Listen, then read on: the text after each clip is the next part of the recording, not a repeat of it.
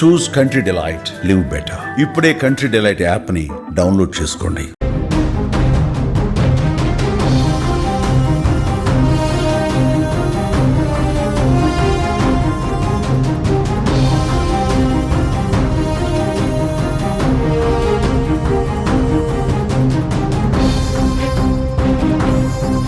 ఏపీలో corona tension triple అయింది. నిన్న విశాఖలో యువతికి కరోనా పాజిటివ్ నిర్ధారణ అయిన గంటల్లోనే రాష్ట్రంలో మరో 2 కేసులు నమోదయ్యాయి.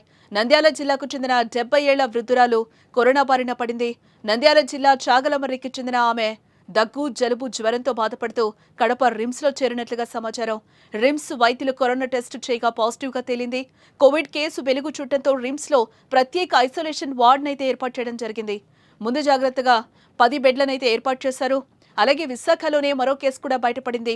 విశాఖ పిఠాపురం కాలనీలో 28 ఏళ్ల మహిళ కరోనా సోకింది. ఈ 2 కేసులతో రాష్ట్రంలో కోవిడ్ కేసుల సంఖ్య 3కి చేరినట్లయింది. 3 కేసుల్లో విశాఖలోనే 2 కేసులు ఉండడంతో ఆందోళన వ్యక్తమవుతోంది.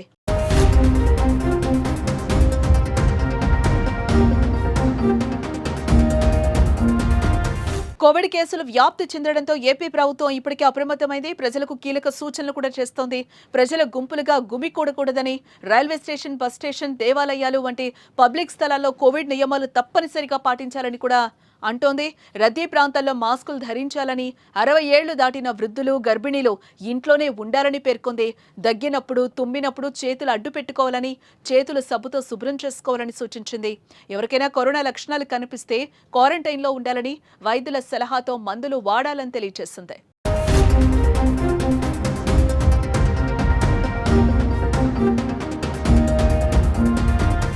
ఆసియా దేశాల్లోనే ఇప్పుడు కరోనా కేసులు పెరుగుతున్నాయి. ముందుగా సింగపూర్, తర్వాత హాంకాంగ్, చైనా వంటి దేశాల్లో కరోనా కేసులు వెలుగు చూసి అవి దేశంలోకి చేరాయి.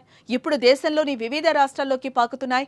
అయితే భారత్లో పరిస్థితులు అదుపులో ఉన్నాయని అధికారులు చెప్తున్నారు.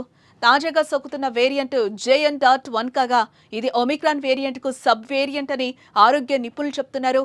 దీనివల్ల పెద్దగా ప్రమాదం లేకపోయినా కూడా జాగ్రత్తలు మాత్రం తప్పనిసరిగా తీసుకోవాలి.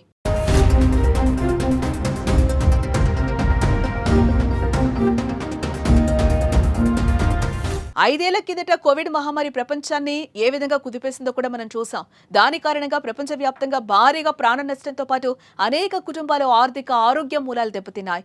రక్త బంధువులే మృతదేహాలను పట్టుకోవడానికి, సమీపంలోకి రావడానికి భయభ్రాంతులకు గురైన పరిస్థితులు.